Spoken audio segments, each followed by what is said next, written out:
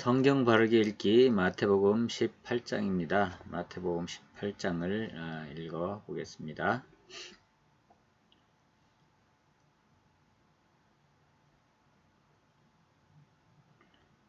마태복음 18장 읽습니다. 그때 제자들이 예수께 나와 이르되 천국에서는 누가 크니까?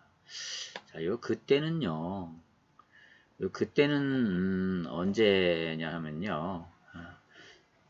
마태복음 16장에서 베드로의 고백이 있었잖아요. 주는 그리스도시요 살아계신 하나님의 아들이시니라 하는 고백이 있었고, 그 다음에 예수님께서 죽으심과 부활을 첫 번째로 처음으로 언급했습니다.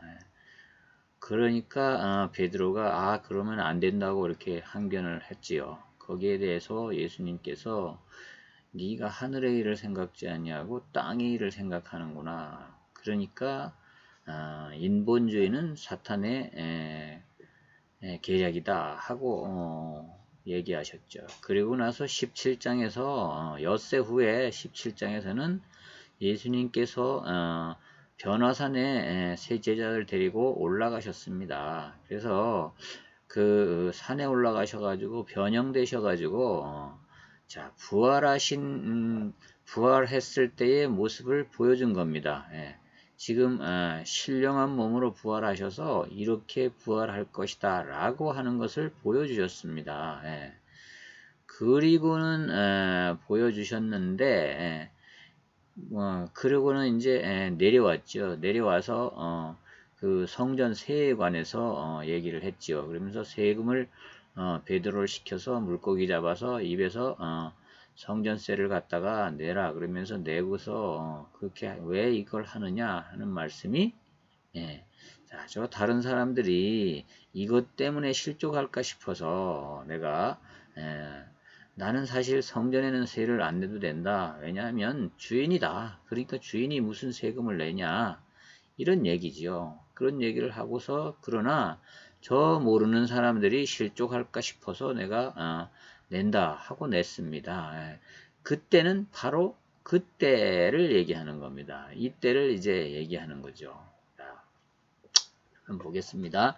예수께서 한 어린 아이를 불러 그들 가운데 세우시고 이르시되 진실로 너희에게 이르노니 너희가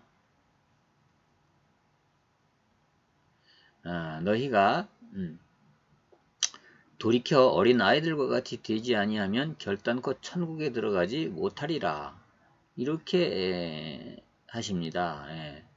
그래서 이게 천국에서 누가 크냐고 물어보니까요. 천국에서 누가 크냐고 물어봤습니다. 그랬더니 예수님께서 어린 애를 하나 갖다 세우고는 이 어린 아이같이 되지 않으면 결단코 천국에 들어가지 못하리라 그럽니다. 천국에서 누가 제일 잘났냐고 물어보니까 이런 얘기를 잘난 것은 고사하고 천국에 들어가지도 못한다. 어떤 사람이요? 이 어린 아이와 같이 되지 아니하는 사람은요.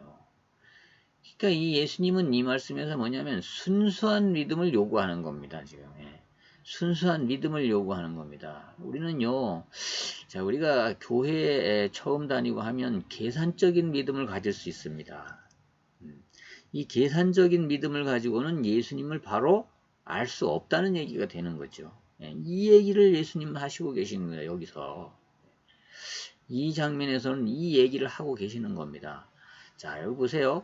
4절에 그러므로 누구든지 이 어린 아이와 같이 자기를 낮추는 사람이 천국에서 큰 자니라. 자, 이렇게 어린 아이와 같이 나는 작다, 나는 연약하다, 나는 부족하다 라고 생각하는 사람이 천국에서 큰 자가 된다는 겁니다. 그래서 예수님이 이 장면에서는 제자들에게 뭘 말씀하시냐면 너희들이 지금 엉뚱한 데 생각이 가 있다 하는 것을 자꾸만 얘기하시는 겁니다. 천국의 일을 생각지 아니하고 인간적인 일을 자꾸 생각하는구나 하는 것을 또 여기서도 뉘앙스를 주시는 겁니다. 그러면서는요, 너희를 낮춰라. 그래야 큰 자가 천국에서 되는 것이다. 천국에서 더 큰 대우를 받는 것이다. 이렇게 얘기를 하는 거지요. 또 누구든지 내 이름으로 이런 어린 아이 하나를 영접하면 곧 나를 영접함이니. 자, 이 어린 아이 하나를 돌보주는 겸손한 자를 돌보주고 어린 아이 하나를 연약한 자를 돌봐주는 사람이 곧 예수님을 돌봐주는 거나 마찬가지라는 얘기를 하는 겁니다. 그래서요, 자, 누구든지 나를 믿는 이 작은 자 중 하나를, 자, 또, 그런데, 누구든지 나를 믿는 이 작은 자 중 하나, 자, 예수님을 믿는 연약한 자 하나를 실족하게 하면 차라리 연자 맷돌을 그 목에 달려 깊은 바다에 빠뜨려지는 것이 나으니라. 살려낼 수 없을 만큼, 맷돌을 목에다가 달아가지고 던지면 어떻게 돼? 아무리 빠져나오려도 빠져나올 수가 없잖아요. 도저히 살 수가 없는 거 아닙니까? 그렇게 되는 것이 낫다는 겁니다. 차라리. 자, 이 예수님을 믿는 자를 하나 실족하게 하면 그렇게 하는 것이 낫다는 겁니다. 차라리 그 사람은 차라리 그렇게 죽는 게 낫다는 겁니다. 자, 실족하게 하는 일이 있음으로 말미암아 세상에 화가 있도다. 자, 그 예수 믿는 사람 한 사람을 실족하게 하면 실족하게 하는 사람은 이 화가 있다는 겁니다. 실족하게 하는 일이 없을 수는 없으나 자, 세상 가운데 그런 일이 있다. 그러나 실족하게 하는 그 사람에게는 화가 있다는 겁니다. 예수 믿는 사람 한 사람을요, 실족하게 만드는 사람, 가끔 보면 어떤 이유에선 타당하든 타당하지 않던 어떤 이유에선지요, 교회 안에서 다른 사람에게 상처를 주어가지고요, 그 사람이 평생 예수를 못 믿고 구원받지 못하게 이런 상처를 주는 사람들이 있단 말이에요. 예수님이 그런 사람들에 대해서 얘기하고 있는 겁니다. 그것은 용서할 수 없다는 얘기입니다. 다시 말해서요. 용서받지 못하는 그런 행위라는 겁니다. 하나님 앞에서요. 만일 내 손이나 내 발이 너를 범죄하거든. 여기서 범죄는요, 실족하게 하는 범죄를 얘기하는 거죠. 지금 왜요? 왜 지금 어린아이 하나, 작은 자를 실족하게 하는 자에 대해서 얘기했으니까요. 자, 만일 내 손이나 발이 너를 범죄하거든. 자, 네 손이나 발로 인해 가지고 그 사람이 실족한다. 그러면 찍어 내버리는 것이 장애인이 자, 내버리라. 장애인이 다리 저는 자로. 자, 한 다리를 저는 자로 영생에 들어가는 것이 두 손과 두 발을 가지고 영원한 불에 던져지는 것보다 나으니라. 이 말은 뭐예요? 자, 손이나 발이나 다른 사람을 예수 믿는 사람을 실족하게 해서 그가 영원히 예수 믿지 아니하고 못 믿도록 하고 그렇게 한 사람은 어떻게 돼? 영원한 지옥불에 던져진다는 거예요. 차라리 그렇게 하지 말고 그 손을 찍어버리고 지옥에 안 가는 게 낫지 않겠냐 이 말입니다. 만일 내 눈이 너를 범죄하거든 빼어버리라. 자, 만약에 내 눈으로 인해 가지고 눈으로 그런 범죄를 저질러서 자, 실족하게 하는 범죄를 저질러서 그렇다 그러면 네 눈을 빼버리는 게 낫다. 한 눈으로 영생에 들어가는 것이 두 눈 가지고 지옥불에 가는 것보다 낫다는 얘기입니다. 자, 그러니까요, 이 믿는 자 한 사람을 실족시키는 죄는 얼마나 큰 죄, 어떤 죄요? 지옥에 가는 죄라는 거예요. 우리가요, 성경을 똑바로 봐야 돼요. 이게 지금요, 사람들이요, 이 성경을 읽으면서도 제가 볼 때는 뭐가 뭔지 모르는 사람들이 되게 많은 것 같아요.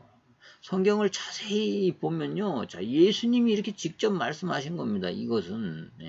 예수님의 말씀을 지금 기록한 겁니다. 자, 어느 누구 사도 바울의 말도 아니고 베드로의 말도 아니고 예수님의 말씀을 지금 기록한 겁니다. 그렇다면 예수님이 지금 뻥치고 있는 게 아니라 그러면 거짓말하는 게 아니시라 그러면 겁주는 게 아니라 그러면 이건 우리가 사실로 받아들여야 하는 겁니다. 그래서 우리가 성도들이 교회 생활하는 데 있어서 굉장히 조심해야 하는 일입니다. 진짜로 나로 인해서 다른 사람이 실족해가지고 진짜 평생 그분이 예수를 안 믿고 그분이 지옥에 가게 된다. 그러면요 나도 그 사람처럼 지옥에 간다는 겁니다. 우리는 이게 율법주의가 아닙니다. 율법주의가 아닙니다. 이거 지금 자꾸 이런 얘기 하면은 뭐 율법으로 모든 것을 다 용서했다고. 자, 구원파 같은 경우는 이렇게 말합니다. 예수님이 단번에 미래의 죄까지 다 단번에 영원히 그 죄를 처리했기 때문에 더 이상 죄를 지어도 우리는 절대로 지옥에는 안 간다. 이렇게 얘기합니다. 그게 구원파예요. 예. 그게 구원파입니다. 예. 구원파는 이렇게 얘기하면, 그래, 예수 믿어서 구원받는 거 맞다. 그런데, 일단 구원받은 다음에는, 예? 우리가 어떤 죄를 짓는다 할지라도 그것은 다 미리 용서된 죄다. 이렇게 얘기하는 겁니다. 지금 여기서 보세요. 여기서 보세요. 보세요. 지금요, 이게 믿는 자가 형제를 실족케 한 자를 얘기하는 겁니다. 그죠? 자, 보겠습니다. 만일 삼가 이 작은 자 중 하나도 업신여기지 말라. 너희에게 말하노니 그들의 천사들이 하늘에서 하늘에 계신 내 아버지의 얼굴을 항상 배웁니다. 자, 여기 중요한 말이 있습니다. 지금요, 이 천사를 부인하는 사람들도 있어요. 근데 예수님이 지금 말씀하셨어요. 보세요. 작은 자, 이 믿는 작은 자입니다. 여기서는 믿는 작은 자 중 하나도 업신여기지 말라. 너희에게 말하노니, 자, 그들의 천사들이죠. 그 작은 자들을 지키는 천사들이 하늘에 계신 아버지, 내 아버지, 자, 하나님의 얼굴을 항상 뵙는다는 거예요. 자, 담당된 천사들이 하나님 앞에 항상 보고하고 있다는 겁니다. 그 사람에 대해서요. 놀랍지 않습니까? 자, 여기 예수님이 직접 말씀하셨는데요. 이 사실을 읽으면서도요, 사람들이 잘 안 믿는 사람들도 있더라고요. 그래서 천사를 부인해요. 네. 그런 사람들도 있어요. 그런 이단도 있단 말이에요. 분명히 예수님께서 여기 이제 담당된 천사들이 하늘에 가서 하나님 아버지께 항상 그 담당된 천사가 가서 보고한다고 항상 얼굴을 배운다는 건 뭐예요? 보고한다는 거잖아요. 이거 돼 있는데. 그러니까 어때요? 믿는 작은 자를 업신여기지도 말고 그를 더욱더 실족하게 하지 말라는 겁니다. 그에게 담당된 천사들이 하나님께 가서 다 고해 바친다는 겁니다. 그럼 어떻게 되는 거예요? 생각해 볼 일이죠. 자, 너희 생각에는 어떠하냐? 만일 어떤 사람이 양 100마리가 있는데 그 중에 하나가 길을 잃었으면 그 99마리를 산에 두고 가서 길 잃은 양을 찾지 않겠느냐? 자, 당신들이 지금 양을 키우지 않냐? 근데 만약에 100마리인데 99마리는 있고 한 마리가 지금 산에서 못 왔다 이거예요. 그럼 너희들이 찾으러 가지 않겠냐 이거예요. 양 한 마리를. 응? 양 한 마리 찾으러 가지 않겠냐 이거예요. 네. 응? 그런데 진실로 너희에게 이르노니 만일 찾으면 길을 잃지 아니한 99마리보다 이것을 더 기뻐하리라. 예. 자, 길 잃지 않은 99마리보다 이걸 더 기뻐하지 않겠냐 이거예요. 사람도 그렇지 양 한 마리 가지고도 그렇게 하지 않냐 이거예요. 그런데 이와 같이 작은 자 중 하나라도 잃는 것은 하늘에 계신 너희 아버지의 뜻이 아니니라. 예. 자, 하나님 아버지도 자, 믿는 자 100명이 있는데 한 사람이라도 그 중에 한 사람이라도 잃어버리는 것, 실족되는 것은 하나님의 뜻이 아니라는 겁니다. 예. 그러니까 뭐예요? 자, 구원받은 예수 믿는 자는 모두 다 잃어버리지 말고 하늘나라 백성이 되고 하나님의 천국에 오기를 바라신다는 겁니다. 그런데 누군가가 교회 안에서 누군가가 실족시켜가지고 그 사람이 만약에 천국을 못 오게 됐다. 예수를 믿는 것을 포기하고 천국을 못 오게 됐다. 그러면요. 그 책임을 누구한테 묻겠다는 겁니까? 그 실족해 한 자에게 묻겠다는 겁니다. 그 형벌은요? 지옥 형벌이라는 겁니다. 지금. 한 번 구원받으면 영원히 뭐 끝이다 이렇게 얘기하는데요. 그렇게 얘기하는데요. 자, 이 성경을 똑바로 우리가 봐야 됩니다. 우리가 스스로 위로받으려고 이런 말은 잘 안 들으려고 하는 경향이 있는데요. 그러면 안 됩니다. 우리가 성경을 바로 봐야 되는 겁니다. 우리는 그래서요, 신앙생활 똑바로, 내 신앙생활도 똑바로 해야 되지만요, 자, 교회 안에서요, 다른 사람에게 대할 때도요, 이런 하나님의 아버지의 마음을 알아서 우리가, 성도 간의 그런 관계도 가져야 되는 겁니다.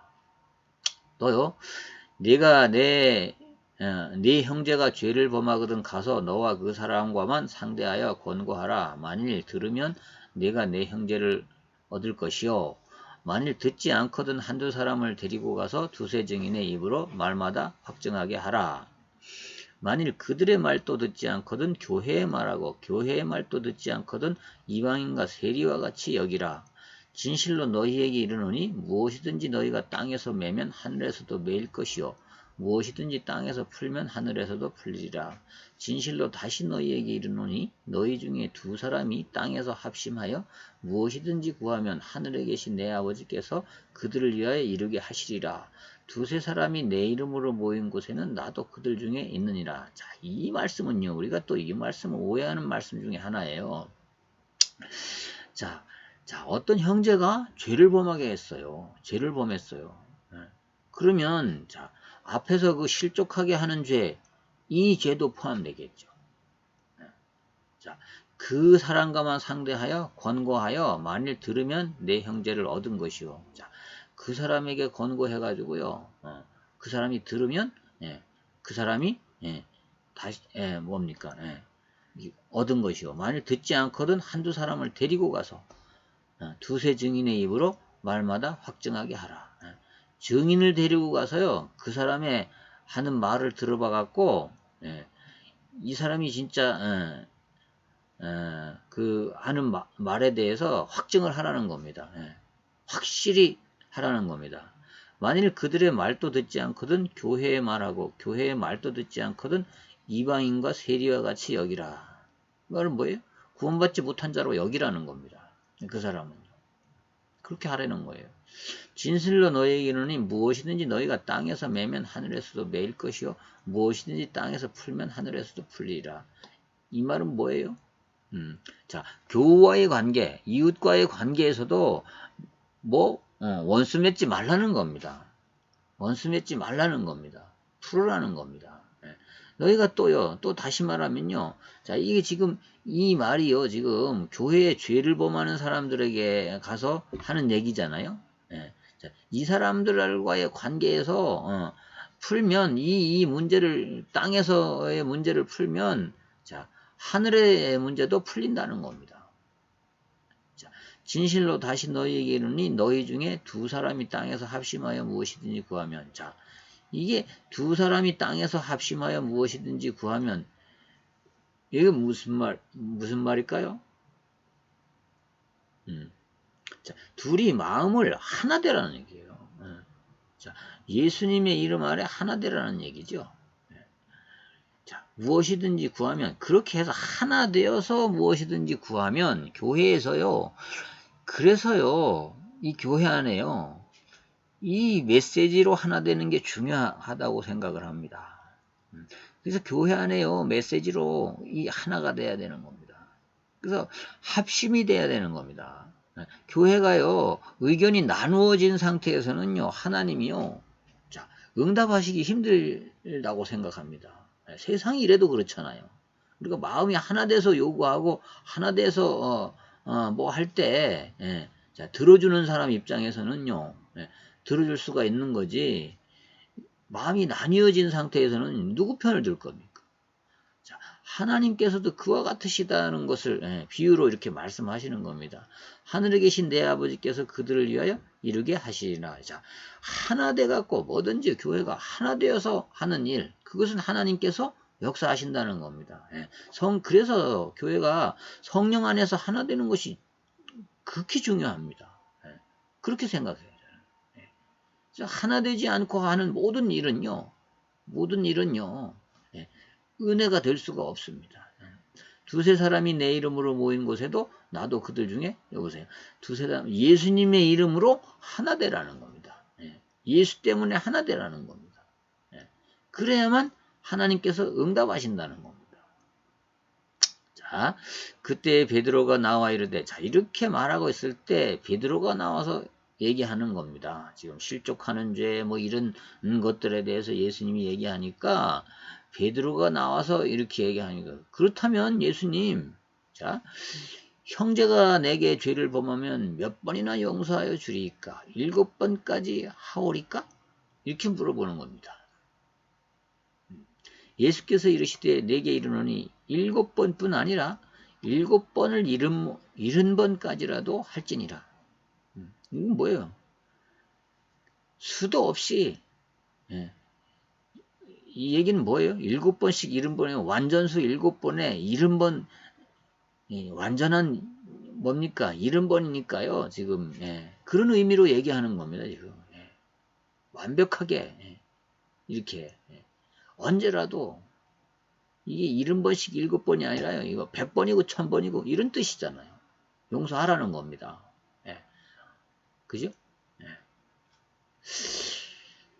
그러므로 천국은 그 종들과 결산하라 하던 어떤 임금과 같으니, 그러면서 하는 얘기가요. 천국에 관한 얘기를 하는 거예요. 천국에는 그럼 어떠냐 하는 얘기를 하는 겁니다. 예. 결산할 때 10,000달란트 빚진 자를 하나를 데려오매 갚을 것이 없는지라 주인이 명하여 그 몸과 아내와 자식과 모든 소유를 다 팔아 갚게 하라 하니, 그 종이 엎드려 절하며 이르되 내게 참으소서 다 갚으리이다 하거늘, 그 종의 주인이 불쌍히 여겨, 자, 그 종의 주인이 불쌍히 여겨 놓아보내며 그 빚을 탕감하여 주었더니, 자, 하나님이 다 자, 이게 뭐예요? 임금이 다 갚으라고 하니까 임금의 신하 하나가요, 그 사람을 불쌍히 여겨가지고 탕감하여 줬다는 겁니다. 그 종이 나가서 자기에게 100데나리온 빚진 동료 한 사람을 만나 붙들어 목을 잡고 이르되 빚을 갚으라 하매, 그 동료가 엎드려 간구하여 이르되 나에게 참아주소서 갚으리이다 하되 허락지 아니하고 이에 가서 그가 그 빚을 갚도록 옥에 가두거늘, 그 동료들이 그것을 보고 몹시 딱하게 여겨 주인에게 가서 그 일을 다 알리니, 자, 이에 주인이 그를 불러다가 말하되 악한 종아, 내가 빌기에 내가 빚을 전부 탕감하여 주었거늘 내가 너를 불쌍히 여긴 것 같이 너도 내 동료를 불쌍히 여김이 마땅하지 아니하냐 하고, 주인이 노하여 그 빚을 다 갚도록 그를 옥졸에게 넘기니라. 예. 자, 너희가 각각 마음으로부터 형제를 용서하지 아니하면 하늘 아버지께서도 너희에게 이와 같이 하시리라. 예. 자, 여기 지금 마태복음 6장에 나온 말씀이 또 같은 취지의 말씀을 또 하는 겁니다. 지금 베드로가 이렇게 물어봤어요. 몇 번이나 용서하면 됩니까? 예. 이렇게 얘기했습니다. 그러니까요, 70번씩 7번이라도 용서해라 이러면서, 예.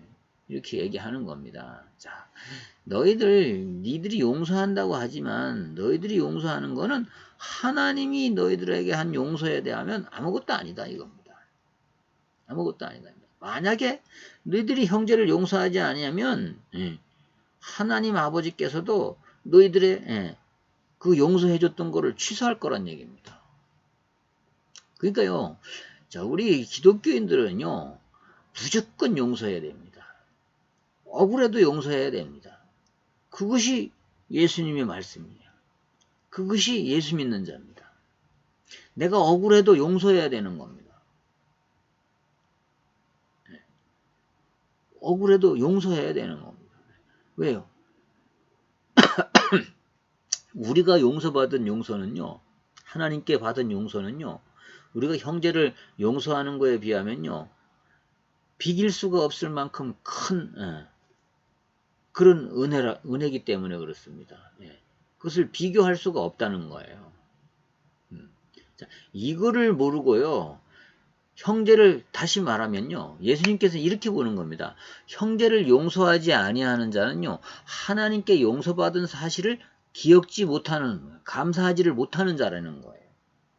그렇게 지금 예수님이 이 글의 이 말씀의 뉘앙스는 그렇게 보시는 겁니다. 지금. 그래서 니들이 형제들을 용서하지 아니하면 진짜로 너희들은 하나님 앞에 용서받을 자격이 없다는 겁니다. 용서받을 자격이 없다는 겁니다. 이와 같이 얘기하시는 거예요, 지금.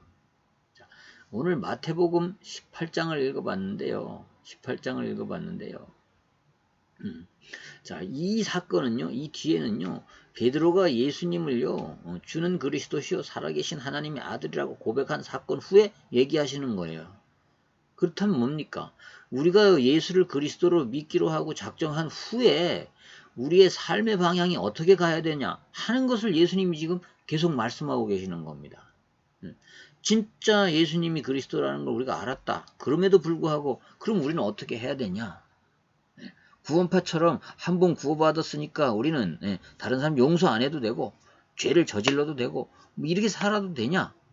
그게 아니라는 겁니다. 자, 지금요 문맥을 쭉 이렇게 이해해야 됩니다. 이 문맥을 이해하지 않으니까요 이단이 나오는 겁니다. 제가 볼 때는요. 지금요 제가 볼 때는요 제가 신학도 공부하고 하니까요 신학자들이 복음을 너무 어렵게 만들어 놨어요. 이게 예수님이 전하신 예수님이 주신 천국 복음은요 어려운 게 아닙니다. 쉬운 거예요. 근데 신학자들이 사실 보면 성경을 너무 어렵게 만들어 놨어요. 점점 벨벨 꼬아가지고 평신도들이 이해할 수 없도록 이렇게 해놨어요. 이게요, 이 예수님 이때 당시에 말씀하실 때 사람들이 다 알아들을 수 있는 얘기였단 말이에요. 뭘 신천지처럼 뭘 비유를 풀어야 알고 그런 얘기가 아닙니다. 자, 여기 예수님이 하신 비유들도요, 다 자, 비유를 빗대가지고요, 예수님이요, 핵심을 말하려고 하는 겁니다. 그래서 비유를 들어서 이해시키려고 비유를 든 것인지 무슨 비밀로 감추어진 게 비유가 아니란 말이죠.